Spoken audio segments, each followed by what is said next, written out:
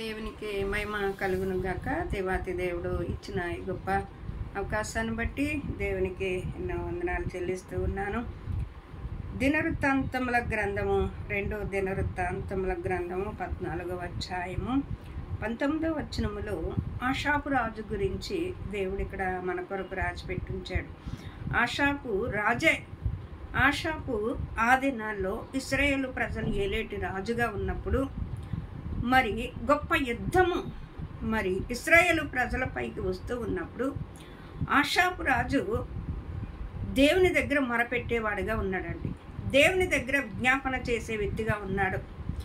ఈ దినాల్లో ఎక్కడ చూసినా భయంకరమైన యుద్ధములు, భయంకరమైన గొడవలు, ఒకరినొకరిని కొట్టుకుంటూ ఒకరినొకరు చంపుకుంటూ, ఏ కుటుంబంలో సమాధానం లేదు, ఏ దేశంలో సమాధానం లేదు, ఏ రాష్ట్రంలో సమాధానం లేదు.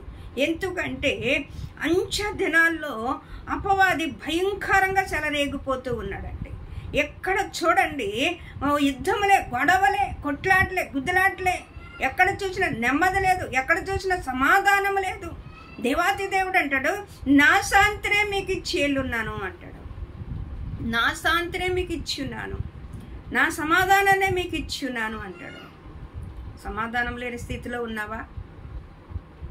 దేవాతి దేవుడు ఆషాపు రాజుతో మాట్లాడుతూ, ఆషాపు రాజు దేవునితో మాట్లాడుతూ, ఆశ తన దేవుడైన యెహోవాకు మొరపెట్టెను. యెహోవా విస్తారమైన సైన్యము చేతిలో ఓడిపోకుండానట్లుగా బలహీనులైన వారికి సహాయము చేయువాడవు నీవే. బలహీనులకు బలమిచ్చువాడు ఆయనే. బలహీనుల పక్షాన బలాభివృద్ధి కలగజేసేవాడు ఆయనే. ఆశ కలిగిన ప్రాణాన్ని తృప్తిపరచువాడు ఆయనే. దేవాతి దేవుడు నీ యుద్ధములన్నిటిలో నీ పక్షంగా యుద్ధము చేయవాడు. దావీదు బాలుడే.